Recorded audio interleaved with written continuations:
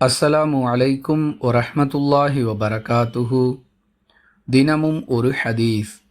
ஒரு மாத கால நோன்பு கடமையாக இருந்த நிலையில் என்னுடைய தாய் மரணித்து விட்டார். அவர் சார்பாக அந்த நோன்புகளை நான் நிறைவேற்றலாமா என்று ஒரு மனிதர் அல்லாஹுவின் தூதர் ஸல்லல்லாஹு அலைஹி வஸல்லம் அவர்களிடம் கேட்டதற்கு, ஆம், நிறைவேற்றப்படுவதற்கு அல்லாஹுவுக்குரிய கடன் மிக தகுதியானது என்று பதிலளித்தார்கள். அறிவிப்பவர் இப்னு அப்பாஸ் ரதியல்லாஹு அன்ஹு. நூல் புகாரி, ஹதீஸ் எண் 1953.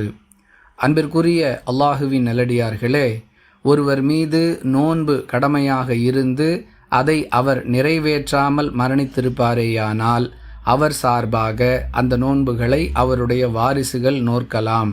நிபந்தனை என்னவென்றால், அவர் மீது நோன்பு கடமையாகி இருக்க வேண்டும், மேலும் நோன்பு நோற்க வேண்டும் என்ற எண்ணமும் அவருக்கு இருக்க வேண்டும்.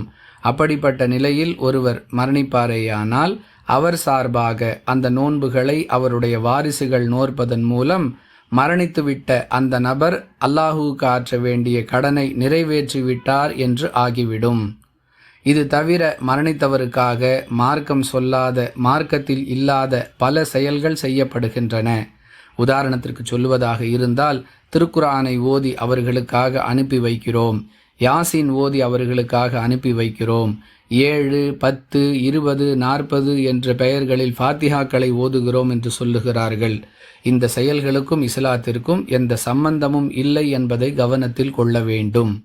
வாஹிரு தஅவானா அனில் ஹம்துலில்லாஹி ரப்பில் ஆலமீன். அஸ்ஸலாமு அலைக்கும் வரஹ்மத்துல்லாஹி வபரகாத்துஹு.